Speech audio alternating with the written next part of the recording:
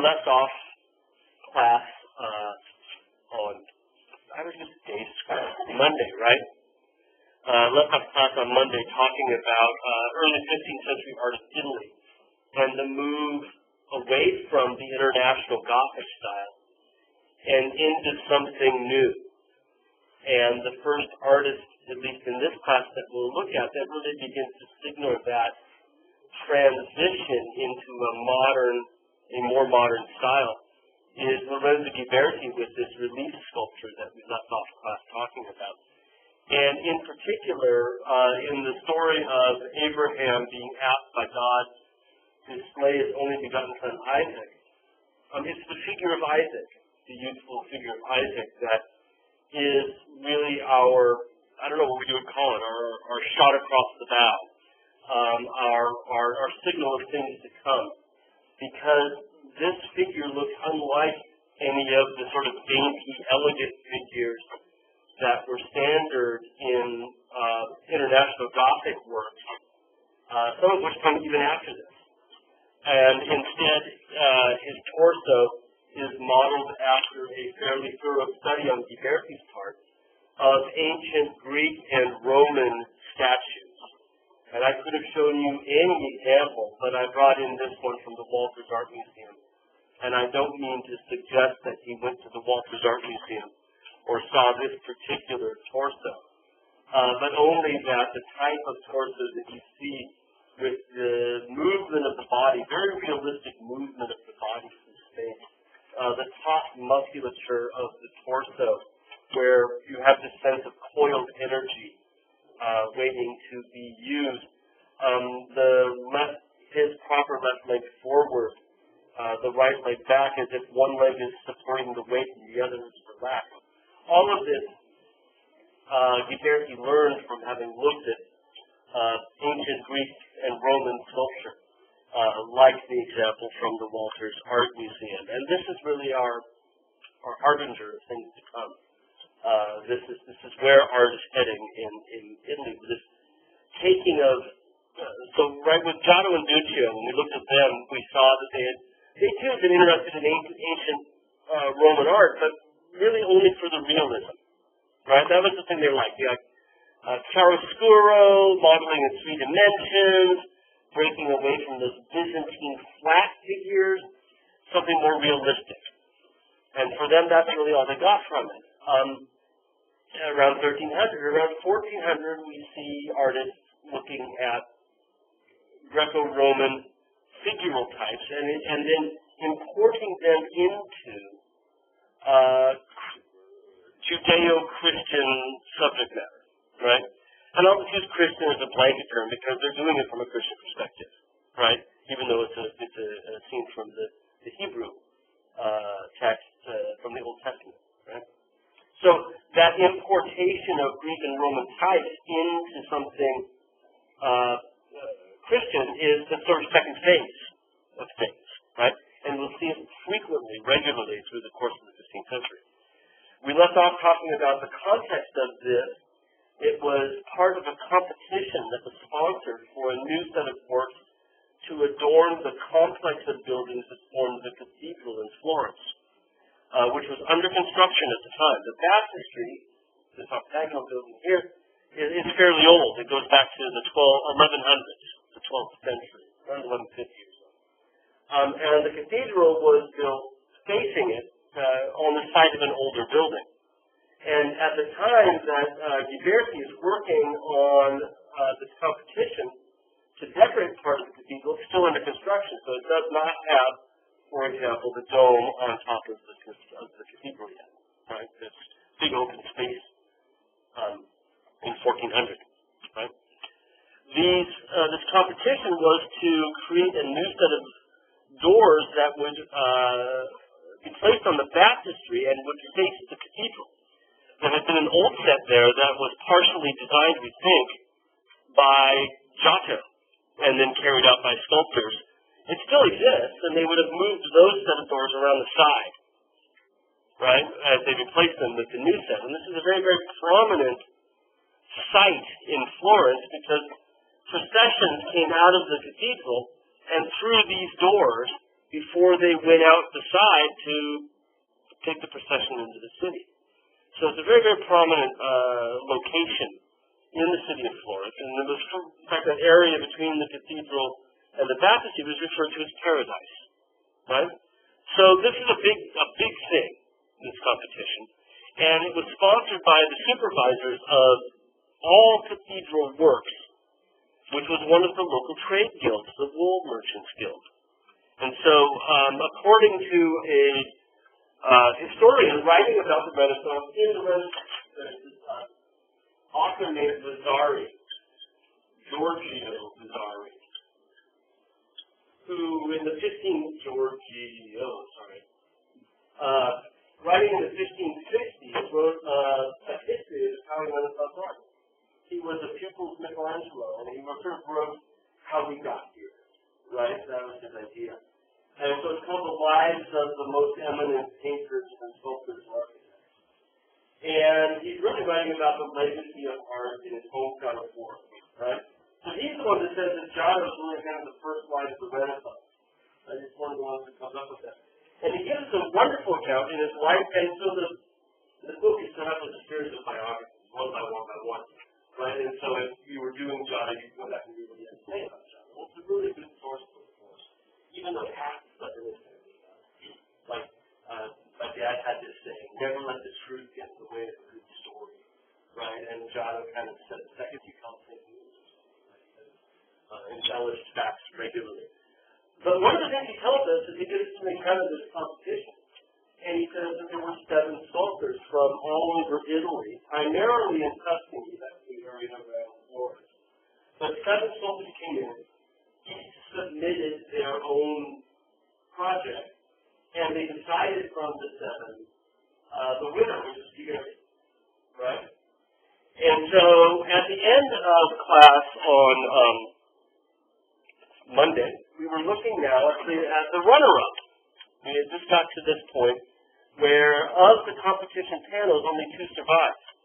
Ghiberti and Brunelleschi, Filippo Brunelleschi, who we presume to be the runner-up in this, simply because these are the only 2 that survived. Bronze is very expensive, and we were talking about the lost wax bronze casting method on Monday as well.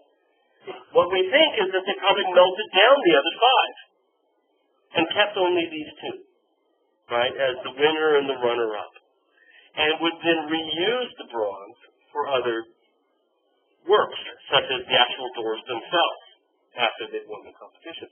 Now, I also mentioned at the end of class that Brunelleschi was sort of sour grapes about the whole thing, even 40, 50, 60 years later, when he writes his own biography, and he says that Ghiberti cheated. But there were a number of reasons that Ghiberti won. Some of them are technical, and some of them are stylistic. Ghiberti cast it in a single piece. There are very few pieces that are fused on after it came out of the cast. Whereas Brunelleschi cast his in a number of pieces that needed to be welded together. That meant that Brunelleschi's would take longer. And for the Wool Merchants Guild, this was an issue. They wanted them done. They knew if you're going to do multiple panels for these doors, you need somebody who can work more efficiently. Brunelleschi's work was less efficient than Ghiberti's. Furthermore, if you put them on a scale, Brunelleschi's weighed about a third more. That meant to the judges, to the Wool Merchants Guild, that they're going to have to be buying more bronze if they hire Brunelleschi. So there's a monetary concern as well. Ghiberti was more technically proficient in 2 different ways. Cast it in a single piece, that's faster. Cast it with less bronze, that's more economical. Right? In addition to that, there are these stylistic differences. Now you'll notice as you look at the 2 of them, that they all include the exact same figures, just arranged in a different way. So you've got Abraham holding Isaac on the altar. The altar is decorated in each of them as well, with a panel on the front. The knife is at Isaac's throat. The angel comes in to stop him. The ram is in the bushes. Much of this can be explained by the biblical text. However, an interesting detail is the fact that they have the two servants, there in the text as well, on either side of the donkey. Now you notice how differently they've handled that. For Geberti, those two servants have a pleasant little conversation across the back of the donkey. Right? They're on either side of the donkey, but one is in front and one is in back. For Brunelleschi, they're on either end. One is at the hind and one is at the head. And they're not at all interested in what the other one is doing. And as we begin to look at them and look at all of the figures, you'll notice that one of the things that Brunelleschi does, regularly, repeatedly, is to make the pose about as complicated as it can be. Look at those two servants, for example. Right? Bending, twisting, contorting. Look at the two Isaacs. Compare them. Brunelleschi is turned in space, torqued on its axis. It's long and spindly and sinewy. It doesn't have that interest in classical antiquity. Look at the two Abrahams. Look at the clothing. Brunelleschi's Abraham's clothing, right, blows up and actually wraps around that tree in the background, right? It's all very dramatic, sort of overblown everywhere you look. And I think this is part of the reason he lost as well, although our judges don't say so. Right? So if we look at the figures of Abraham in each of the two, you'll notice that the more dramatic lunge of Brunelleschi's Abraham versus the more sort of graceful restraint of Geberti's. This is a guy who doesn't want to do this. It's almost as if Brunelleschi's Abraham's a bit too anxious to kill his son. You know, like, hey, cool, stupid kids, right? And Geberti gives that pause like, oh, man, do I really want to go through with this, right? There's a human element to it. Whereas Brunelleschi is so much more determined. If we look at the moment in these two as well, right, the way in which that moment is handled, the angel has to physically restrain Brunelleschi's Abraham. You can see he's pulled his wrist back, right? His hand is still going for it, even though the wrist is going to do this anyway, right? Whereas with Geberti, it's a vocal issue, and he's catching him and he's stopping himself, right? Which really kind of adds to the meaning, right? He understands he doesn't need to. He can be stopped by words alone. So it's significant. It's dramatic in a different way, right? It's dramatic through communication. It's dramatic through sort of human reaction rather than this sort of action for its own sake, right? And there, I think the next one coming up is the detail of those angels stopping our two Abrahams from the look. And again, Geberti and Abraham still focused on his son. There's still that look into my eyes. You ever read of Mice and Men? They all had junior high, right? Was the first time I read. Remember the beginning of the end? Right? Remember at the very end when George got killed Lenny? And he's going to make it good for him, right? Look out, look over there. Can't you see the farm? I am, shoots him dead, right? But he's going to make it good for him. He's going to make it okay because he loves him that much, right? And he knows that it's better to die at the hand of someone you love than someone else. Well, there's that same sort of element here with Geberti, right? He's looking in my eyes, son. You know, I'm doing this because I have to, but I love you. And there's that communication. And here, none of that exists in the Brunelleschi. Now, I don't want to tar Brunelleschi, right? Because I think that there's a lot to be said that's quality about this. But I think these are the things that appeal to the judges, are these elements, right? There's our servant, and you can see the degree to which Brunelleschi contorts figures everywhere you look. Again, that interest in human interaction between the two servants of Abraham. Again, sets the scene, keeps the theme running. Whereas with Brunelleschi, we get contorted poses. He's kicking his feet, right? I don't know if he stepped on some glass or, sharp rock or something, but there still is this idea that Brunelleschi kind of showing off all the things he can do. Look at the great poses I can come up with. And that seems to be not exactly what the judges were looking for, right? And then those two bodies of Isaac, right? Where the graceful, classically influenced body of Isaac from Ghiberti versus the contorted, angular body of Isaac from Brunelleschi. Even down to the drama of the two faces, right? The trust of Isaac in his father, in Ghiberti's case on the right, the screaming in terror of Brunelleschi's Isaac, right? They really, even though they have all the same subject matter, they really couldn't be different, more different in a way, at least in the sensibility, right?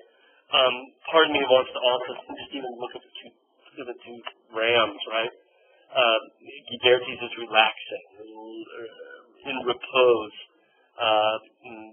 Again, Brunelleschi's is kind of like the servant in the corner, he's got his leg up, twisting and turning in space. And it's like as if Brunelleschi himself can't quite relax in the way that Ghiberti did, right?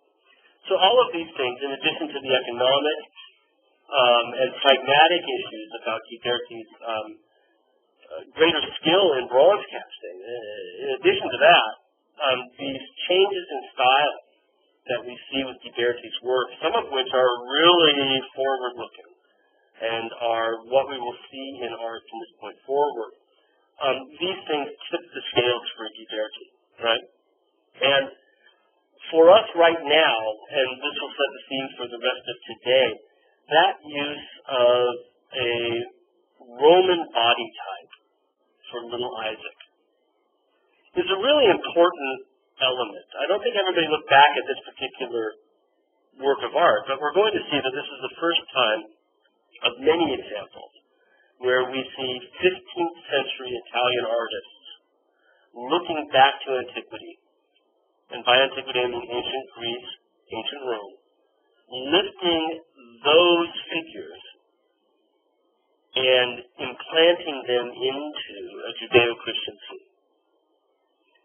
And as I said a couple of times, this is sort of the second phase of the Renaissance. Moving beyond simple naturalism, even though that's still there, towards this idea of really reviving something very specific about ancient Roman art, right? The actual body types themselves. Now, as we think about this idea of reviving those body types, especially with Isaac, we're going to see that quite a few artists did the same thing. Began to look back at classical antiquity and use it as the basis for their Judeo-Christian themes in the 15th century. So this is, again, the beginning of a sort of a new phase of the Renaissance. We'll look at another Ghiberti in a little bit, but he's one of 3 or 4 prominent sculptures in the city of Florence, which you remember has been the epicenter of most of what we're talking about, in the 15th century.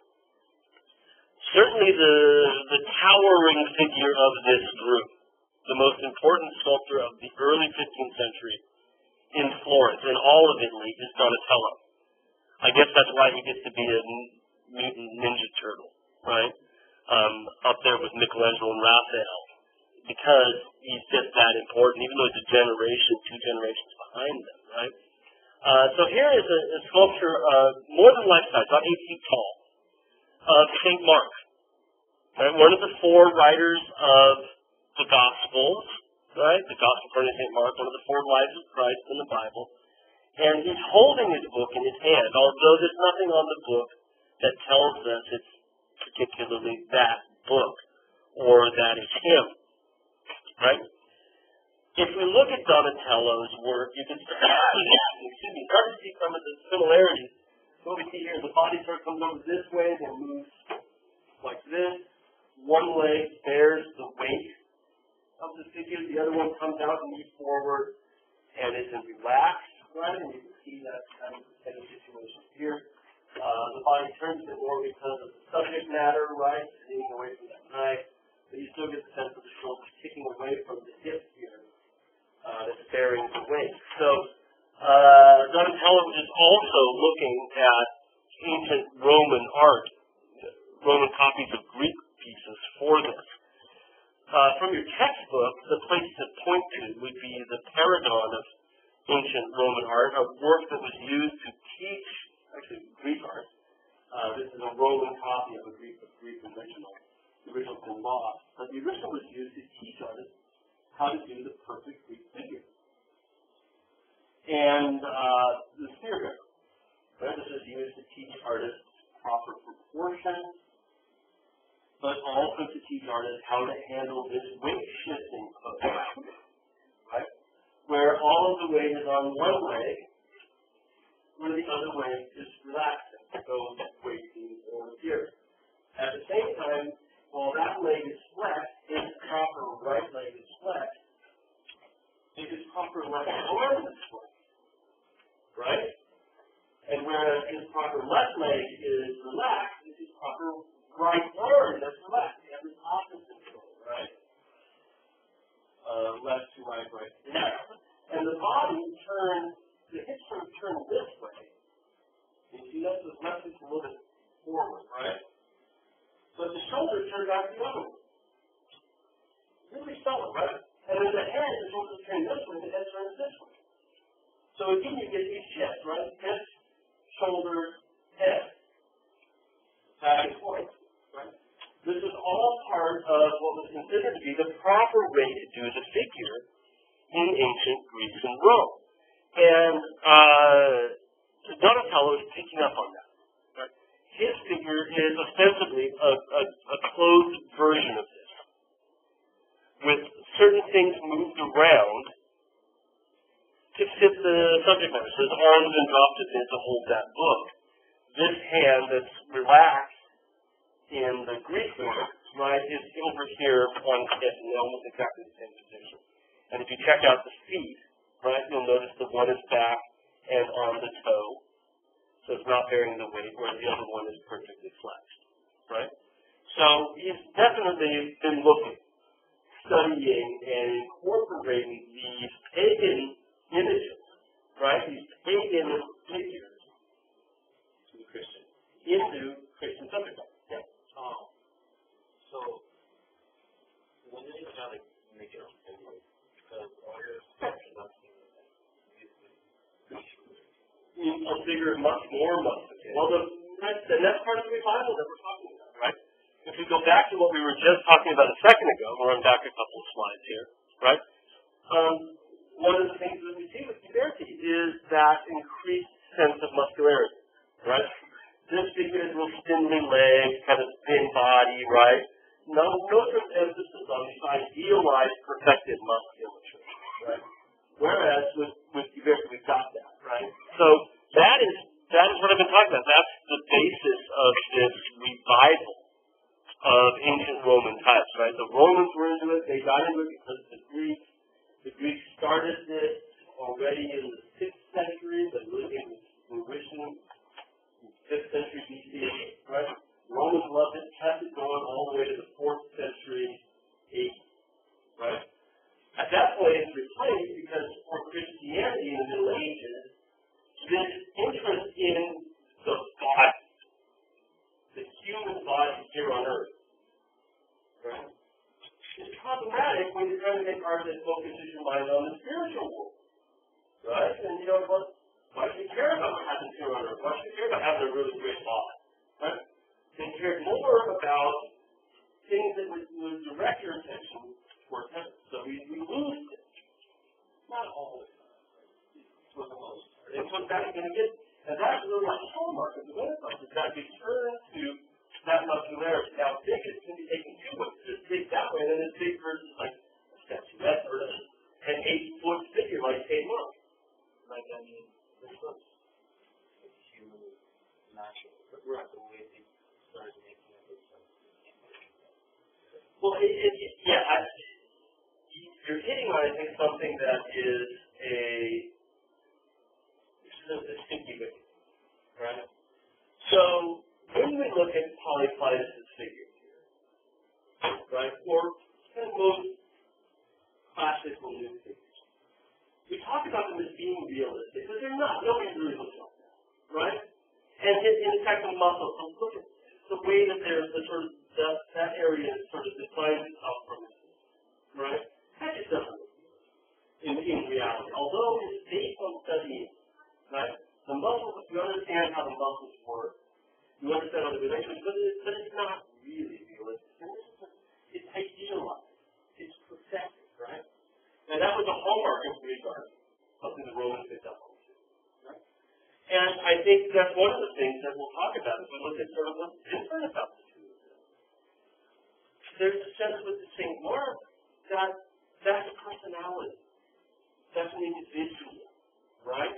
And that even though he looks relatively old, male pattern baldness, right, long beard, he is 90, probably 40, 50. But there's a sense under that he's still very, very strong, very muscular. What they're doing in the Renaissance is using, in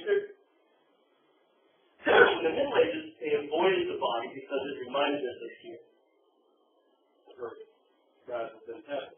In the Renaissance, the idea of picking it back up again is to remind us of the power of God within us. Right? So, you see how there's no easy answer for that. Relationship between realism on the one hand and idealization on the other. Right? Right? It's are realistic, but at the same time they're not. People don't really look like that. And that's part of using it as a way of teaching people the proper set of proportions. Because proper proportions don't work. You and I don't have the same proportions, even if I were true. Right? But I mean, your arm, the relationship of my shoulder to my elbow, my elbow to my hand is different on every single person. Right? Some people have shorter legs, some people have longer legs, some people have shorter torsos, some people have longer torsos, wider, thinner, whatever. So there is no ideal set of proportions. Yes, Greek art is based on that. Right? So it's really it's an interesting issue. I know that might be complicated, but it's the best thing we do. Right? Okay, so let's see where we left off. Donatello St. Mark. I meant to put in here a term, and I guess it will come up in a second. This weight-shifting pose that we've been talking about, right? This idealized pose where, right, one leg is straight, one leg there, so this is bearing weight, this is flat, this one is not, and this one is not, right? Back and forth, so you have the opposite, right? The term that was used during the Renaissance for this is a pose borrowed from something, is contrapposto. And the way to remember it is contra, again, right? Posto, double T, right? Contrapposto. Pose again. Pose again, right? That one half balances the other. And it's intended as a pose where they're not really doing any particular thing. Right? But they're able to do anything. Does that make sense? They're not doing anything, but they could do anything. Right? They have the power. Contrapposto. And we will see that's exactly what little Isaac had. Even though he was on his knees, was this sense of contrapposto, where the body is balanced through a series of counterpoised parts of the body. Right? I don't want to come up on the PowerPoint in a second or two. Right? This interest in classical antiquity, this interest in contrapposto, is really apparent if we look at something more recent. So this is Chartres Cathedral in France. It's only less than 200 years old. This medieval work. Over life size, it adorns the outside of the cathedral. But the figure here, even though there's a lot of realism in this figure, look at the chainmail, right? Look at the leather strap holding the sword and shield on his hip. Look at the way the fabric of his banner wraps around his lance. There's a lot of realism here. But the pose isn't contrapposto. It's just this simple arc, simple sway that we saw in a lot of international Gothic work still. Right? Going from Theodore's left toe, sweeping over to his right hip, and then back to his shoulders and neck. Right? It's elongated and doesn't have that same sense of vibrantly interacting body parts that work together to give you this tension that Donatello has and ancient Greek works had. Furthermore, if we look at St. Theodore from Chartres Cathedral next to the people that he's posed next to, you look, they all kind of look the same. There's no great interest in individuality. Right? All the faces seem almost like they're carbon copies of each other, stamped from the same press. Donatello's, on the other hand, gives us a sense of individuality. In this one, you can even see he's carved the eyes. Originally, it would have been painted as well over the top of the marble, so that would have been even more lifelike.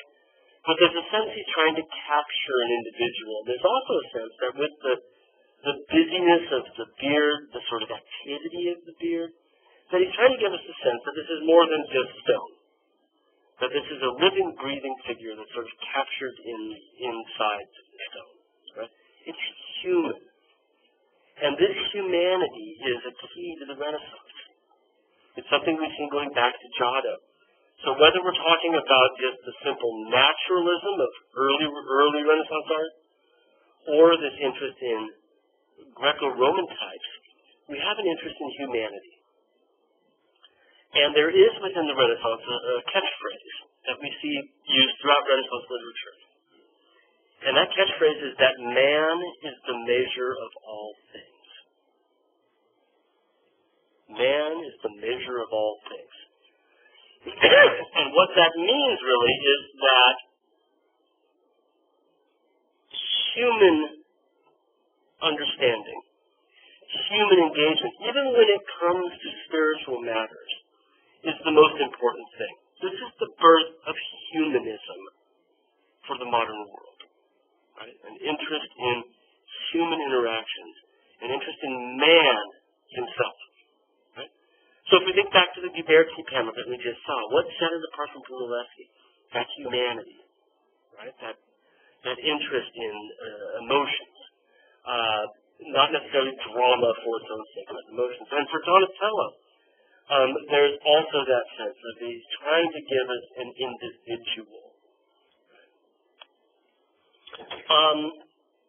And one of the ways he does this is through the hands as well. He's very aware of the communication that different parts of the sculpture bring into the work, whether it's the wonderful way the drapery folds around the legs, or the hands themselves. The one hand holding the book, you see the blood vessels on the arm, coming down the back of his hand, right? Gives it that sense that there's blood in there. It's alive. I also like the other hand, his proper right hand on your left. And Donatello does this a lot.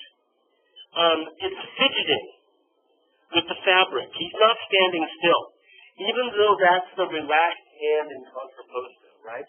He's toying with his own clothing. He's playing with it. He's nervous. He's got some energy that he can't expel. And it's almost as if, as you look at it, that it might change. Right? That he actually might be able to move. Because he's so filled with an inner dynamism that comes out from his facial features, and especially through those hands. So, again, based on classical Greek and Roman art, still very much interested in the humanity behind the religious scene. Right? Now, context for this. This was commissioned for the outside of a building.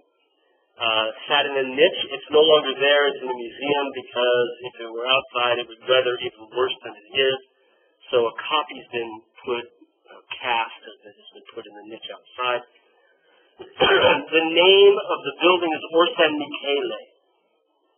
Or means Garden of St. Michael. Or San Michele. The Garden of St. Michael. Right? And this particular building was an old grain hall that by Donatello's time was being used as a meeting place for the major guilds of the city. The major trade guilds. And each of these guilds owned one of the niches on the outside. So Donatello's is commissioned by a guild to fill their niche. This is why he's so darn big, right? Is that he is a statue to be seen on the outside of a building. And you'll notice from our people here that it's looked at from below, right? He's a good, his feet sit at about the 7 or 8 foot level, right? We'll talk about the guild in just a second. I see I'm a bit ahead of myself. One of the things that Donatello did, I'm really sorry about the slide on the right, was he took into account the fact that this was going to be seen outside. And he's such an inventive sculptor that one of the things that he does is he plays with how light is going to play across his sculptures. And you'll notice that even though it's the same figure in each of these two, it's as if he has a different expression when the light changes on him. So that on the right he seems a little bit more scowling, right, judgmental. On the left, a little bit more inquisitive, curious. And again, this is this idea of giving the figure an inner life. As if the expression itself can change. And this is something that Donatello does often. He's really sensitive to how these three-dimensional works function and look as light plays across them. That's not just by chance. So let's see, there's Orsanne Michele. The niche that St. Mark is in was owned by the Guild of Linen Drapers. These are the people that actually process linen and then sell it to others to sew. They're just the suppliers of linen, right? And you'll notice that Donatello took this into account as well, and he looks like he's wearing linen, right? And that hand, that fidgeting that gives him the life, calls even more attention to the linen. It's actually playing with the fabric, right? All of this calls really immediately to mind the guild for whom this was done, right? The Linen Drapers Guild. So, we've seen before the importance of these guilds for Renaissance art in Florence, and we've talked even before that about how important the new cities in Italy are for the change to the Renaissance, for these new interests that we're seeing. They come out of this new kind of society that's broken with feudalism, that's forging something different, something new, and want to break with the past. What's fascinating about the Renaissance as a period is that it's one of the first to be truly self-conscious. To say, hey, we're breaking with the past. We're reviving ancient Rome.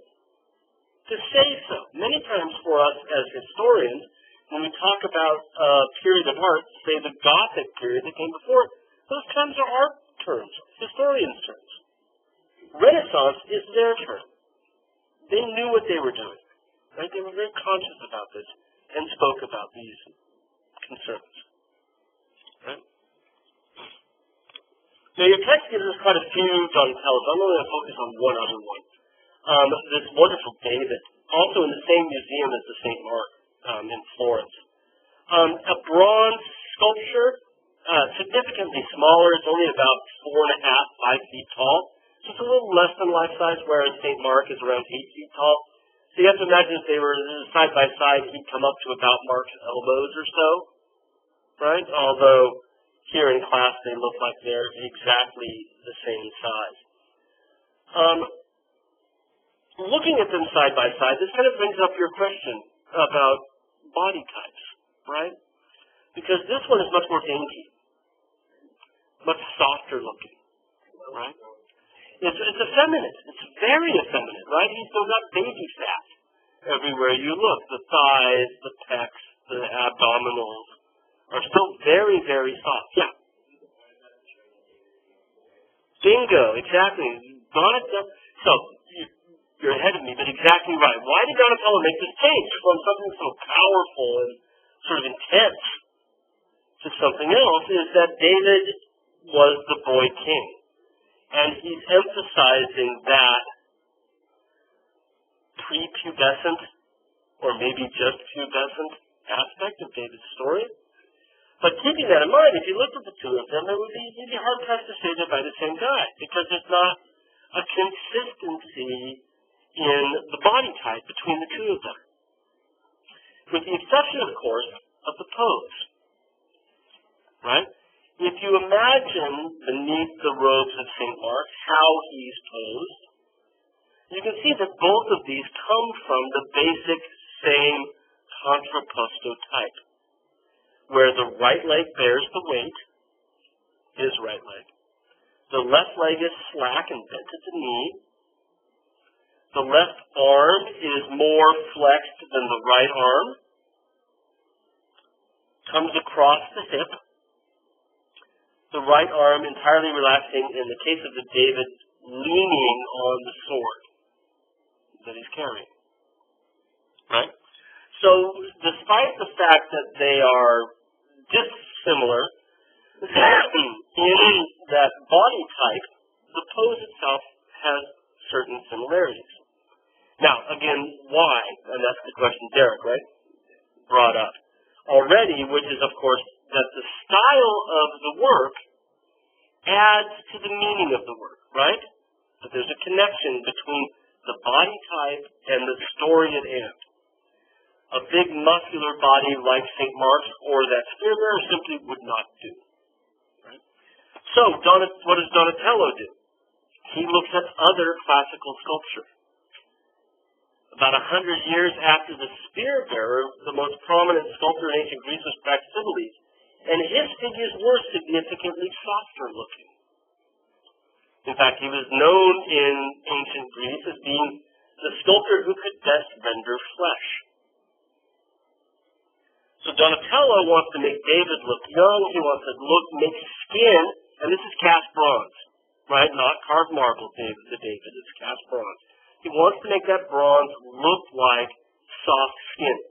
So to get the idea on how to make skin look soft, he looks still at classical antiquity, ancient Greece and Rome, but he looks at the master of skin, of softness, and that's Praxiteles.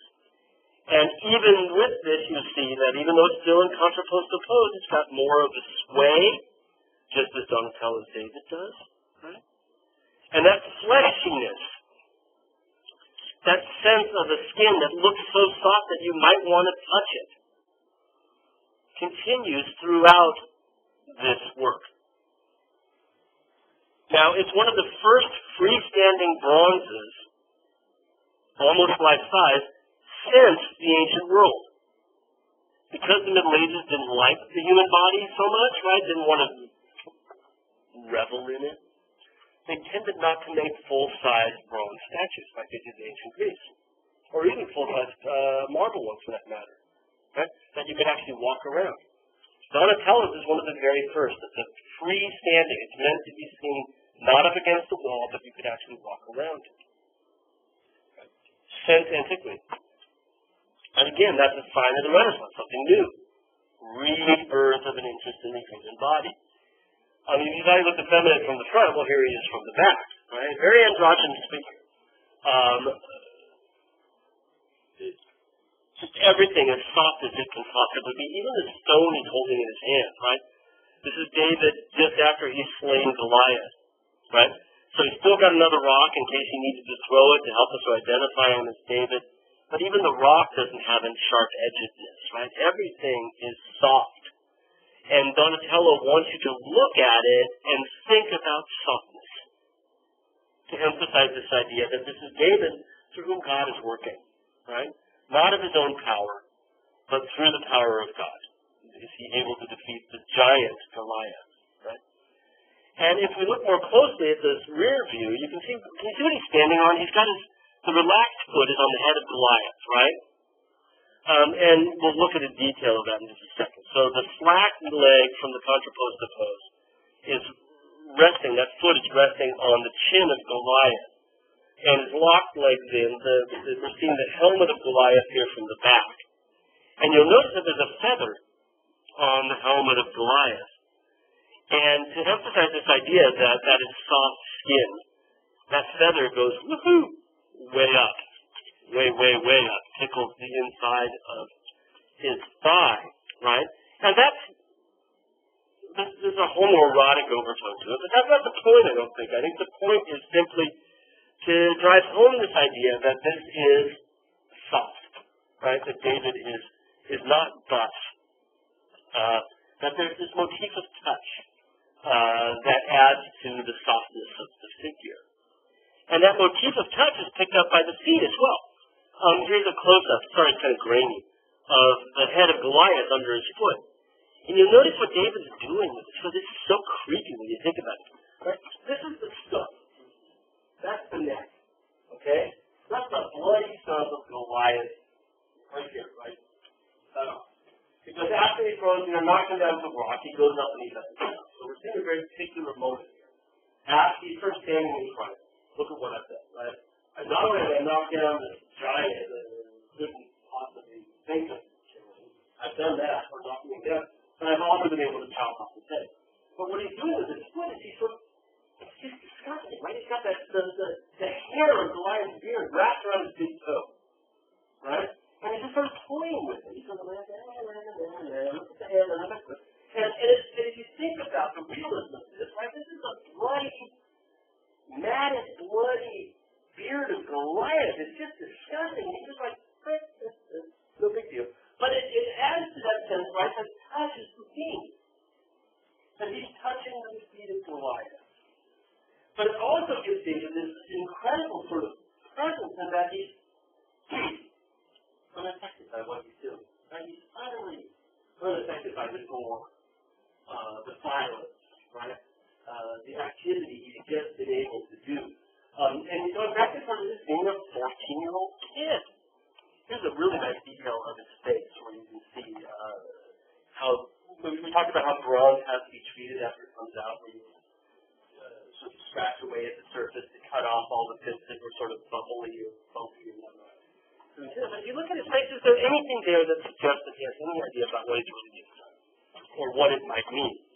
And Derek, this goes back to the idea of a 14-year-old again, right, or a 12-year-old, is that he's unaware of the impact of this, right? You think about, oh my God, boy, is he getting therapy when he's 30 or something, right? Having gone through this, but at this point in his life, he's utterly unaffected. So here's our wonderful David by Donatello. Some of the same posing, that contrapposto pose, that we saw with the St. Mark. Again, both of those deriving from this new study of classical antiquity. But with a very different body type to meet the subject at hand. Context. We're always talking about context. Where were these things seen? This David was commissioned by the Medici family. You guys heard about the Medici family before in a history class? They were the ostensible rulers of Florence. Now, Florence was an elected republic, right? You had to be a member of one of the trade guilds to get elected to public office. It was a term limit, right? You would be in charge for a little bit of time, and there was a series of checks and balances. They had different groups that would advise the leader of Florence. The Medici family were this prominent family of bankers. And they basically ran the game, even though they were never elected as leaders. They just got their friends elected and worked behind the scenes. They were the puppet masters of power in Florence. Right? There was a History Channel thing that called them the Godfathers of the Renaissance. And that's not really entirely accurate. There are times when they will have their enemies whacked. I kid you not, right? They'll just have them taken out. Driven from the city or killed, right? And this happens on 2 or 3 occasions. In fact, the people of Florence got mad at them a couple times over for having too much power.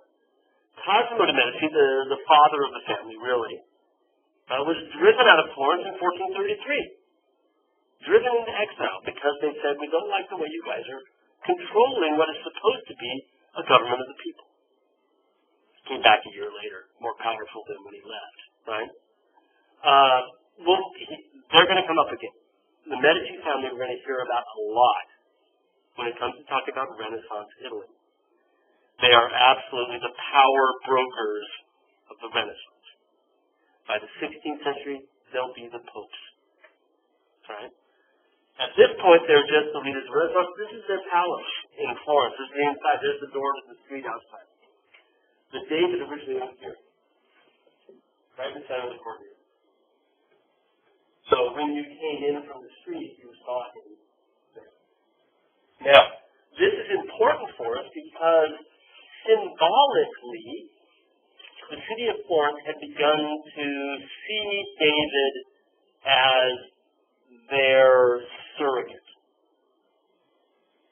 They would talk about themselves and say, we, the people of Florence, are like the modern Davids of this world. And that came from the fact that in the late 14th century, the late 1300s, into the early 15th century, there were a number of occasions where they went into battle against significantly stronger enemies. Siena was stronger than they were militarily in the 14th century. They went into battle in 1360, they won. In the early 15th century, Milan, northern Italy, significantly stronger. The Duke of Milan, one of the strongest men in all of Italy. They went into battle against them, they won. Because they kept toppling these giants around them, they started to say, our world is parallels David's. So they began to adopt David as a symbol for the city itself. Florence was like David. For the Medici family, this is exactly the symbolism that they are adopting as well. If Florence is like David, then the Medici are Florence. They have David in the center of their palace. And not everybody could see this, right? This is their private domain. That meant if you were an insider with the Medici, that's perfectly fine. Everybody knew that's what they were doing, right? But for the outside world, it's not like it's on the front of the building or something, which would be a dangerous thing to have done, right? This is propaganda. This statute would proclaim that the Medici are associating themselves with David, and thus are associating themselves with Florence. They are Florence, right? This is the linchpin in that connection. And this connection between David and Florence, David and the Medici family, helps inspire quite a few images of David made in Florence. You guys all know the Michelangelo, right? Michelangelo's famous David, right? In 1504, made for the city of Florence. Same theme there. We'll talk about that later. Not today, right? So down at the National Gallery, for example, we've got from this Florentine painter, Andrea del Castagna,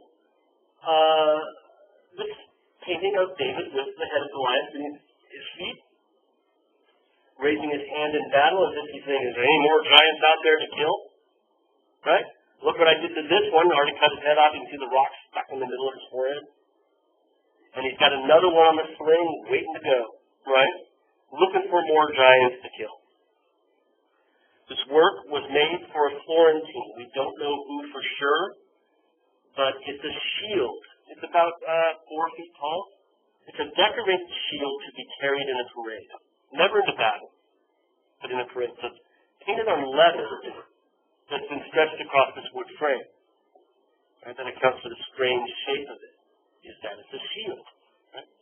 And in a civic procession in Florence, where people associated themselves with David, here is this great symbol. We too are like David. Now, we don't know who this is made for. It might have been made for the Medici. We don't know. There's nothing else like it out there. It's a one-of-a-kind object, which suggests someone very, very prominent.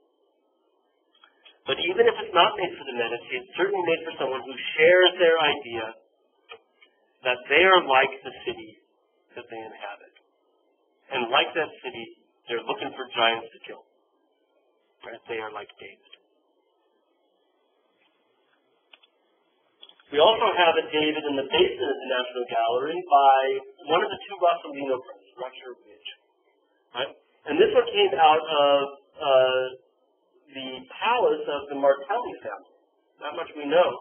And going back and doing some research, we find that the Martelli family were, in fact, allies of the Medici. So in this case, the work itself must mean to the Martelli family a symbol of their allegiance with the most powerful family in Florence. And you can see it's more or less based on Donatello's, right? The pose is similar, even though he's clothed.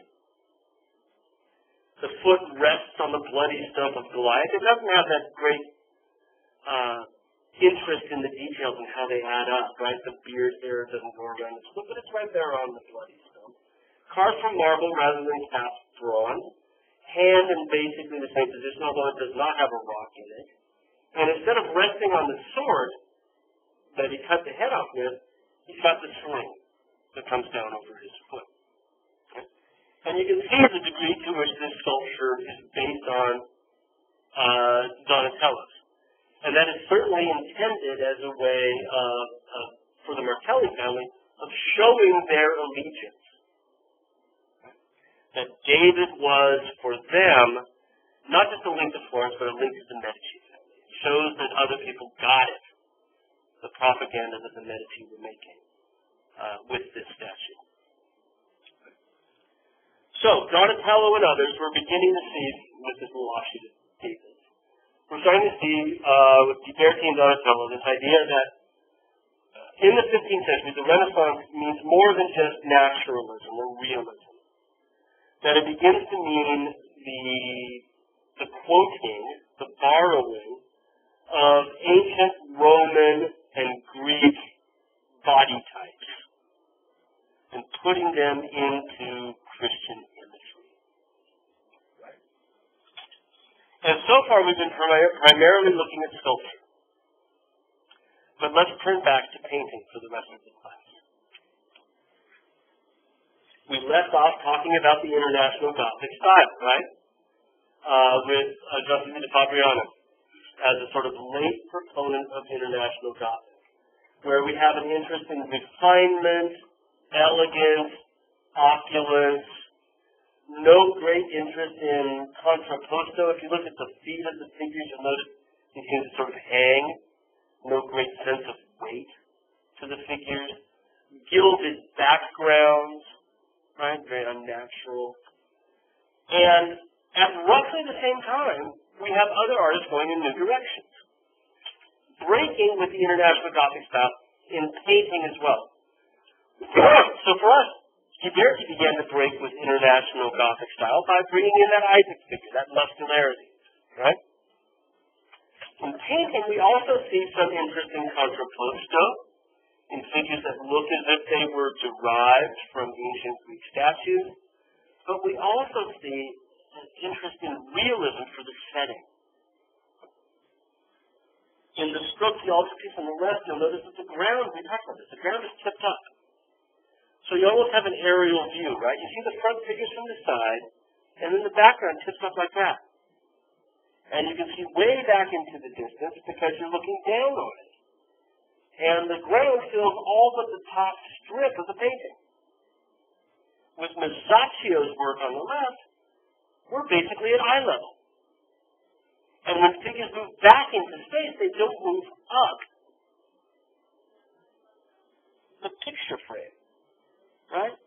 They are literally behind each other. And instead of having gilded backgrounds, we've got clouds, we've got mountains. In fact, they're realistically depicted enough that people have identified exactly where they are. Right? They can actually figure that out based on the landscape.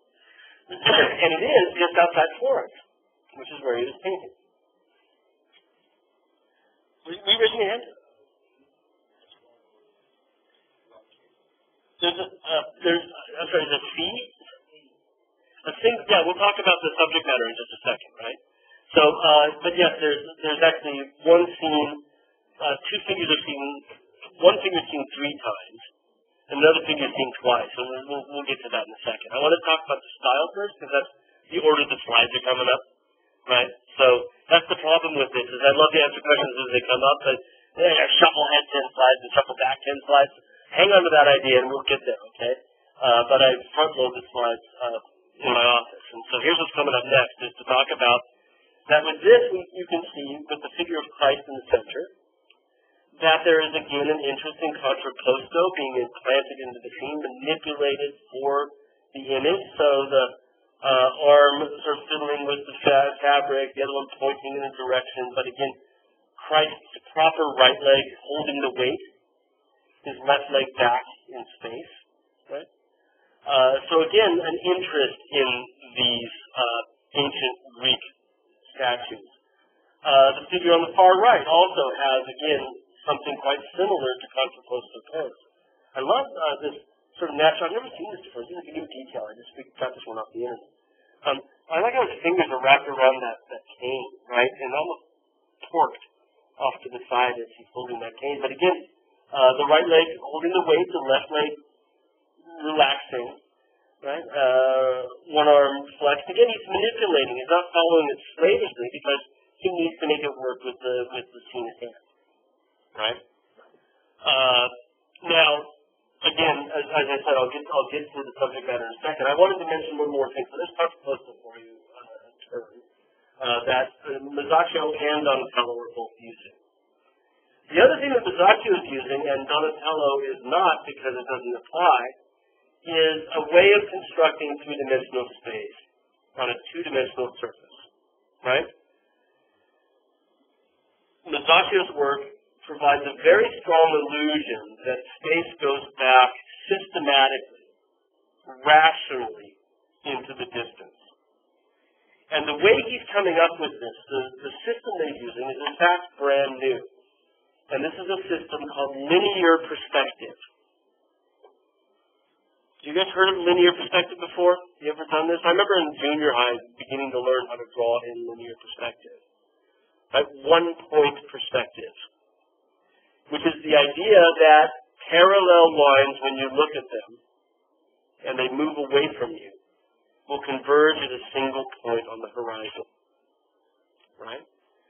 And this way of creating space did not exist in a measured way like this, where all parallel lines will converge at a single point on the horizon. This didn't exist prior to 1420.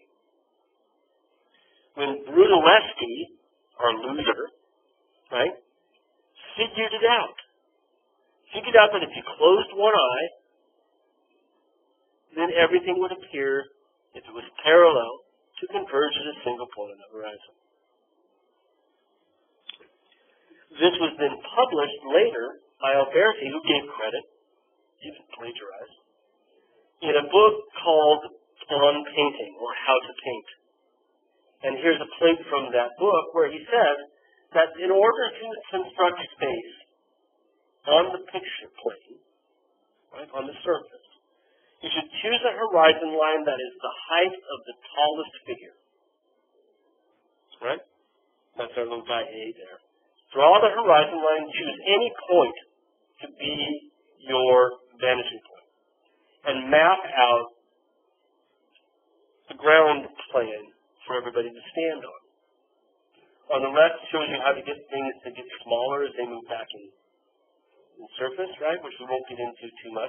But Masaccio is using this scheme, right? So we've got a vanishing point, which is C in the center, and the lines, you might see this in some of the readings, the lines that move back to that point, that converge, are called orthogonals, right? The lines that end up at C. Okay? And once you figure out the system, I just drew this with PowerPoint, right? Anything that you draw that faces the picture plane, the surface, right? The front edge won't have any kind of change because it's parallel to the surface, but the side edges will follow that set of orthogonals, right, back to the edge. Right? Get the idea there? Once you get it, it's simple. It's really simple and very easy to draw things. And every now and then you might see people in the hallway doing it as they learn how to draw in perspective. Right? So this is a new thing. When Masaccio does it, he does it before it was published, so it means he heard it straight from the horse's mouth, right, straight from Brunelleschi. Many artists in the 1420s begin to use this new system of perspective to lay out the space. Right? So if we look at Masaccio's painting, you'll notice that most of it is set in landscape. About 2/3 of it is in the open landscape, where there isn't anything that would obey the rules of perspective. Because because you need straight lines, and nature doesn't have straight lines. But he's included a building on the right that, in fact, establishes the perspective. So you'll notice that the front of the building is parallel to the picture surface, right? That wall runs perfectly parallel to the wall that we're looking at. And this little porch, covered porch, patio, on the front also is parallel. And that means that this wall here, going back, the front of the building, these steps, the front here, these are all parallel lines, and they should converge to a single point on the horizon. And in fact, if you trace it out, they do. Did that play well or not? Not that. Playing animation, okay. What? Did it do it? Did it pop up? Anyway, right? Any of these lines, the top of that door, running parallel to this, the front of the building here, the front here, they all converge to a single point. You can choose that point to be anywhere. And that then establishes the horizon line. Now, section's right above that, because it's a little lower head. Right? But you'll notice that Smaller Brunelleschi says that horizon line is more or less the height of the tallest figure. And since you can choose it anywhere, this vanishing point, what the doctor has done is he's done something really tricky.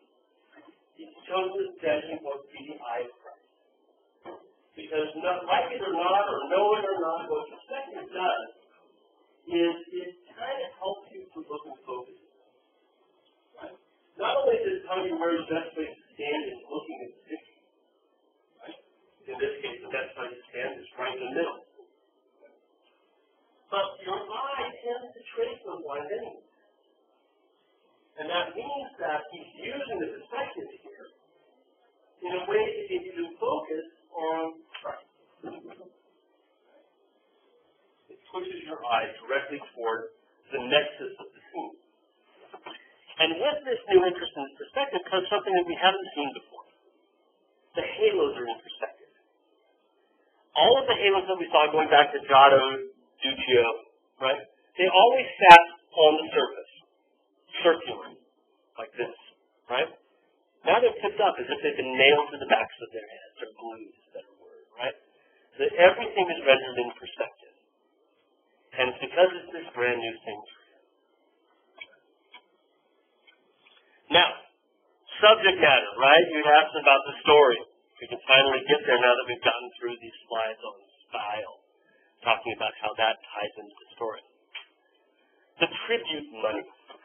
This is the story of when a tax collector comes to Christ and the apostles, who are at that time on the edge of the Sea of Galilee, and says, look, you owe us taxes.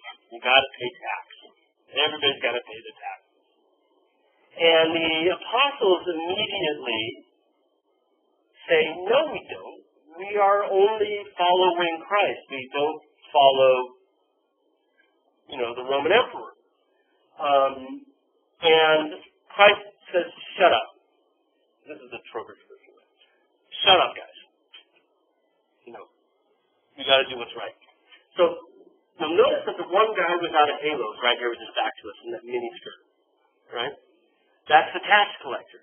And he's asking for the money. He's got his hand out. And you can see if you look at the apostles around, especially that one right there next to him, looks a little on the dubious side, right?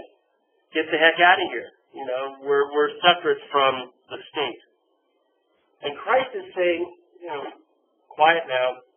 We got to do what's right. And he's pointing off to his right. And as the story says, he tells Peter, you've got to go to the Sea of Galilee. And if you go to the Sea of Galilee, who knows the story? Anybody know the story? Just go to the Sea of Galilee. Tell me what you find. Peter goes over and a fish jumps into his hand. Right? Brings it back and he says, I got this fish.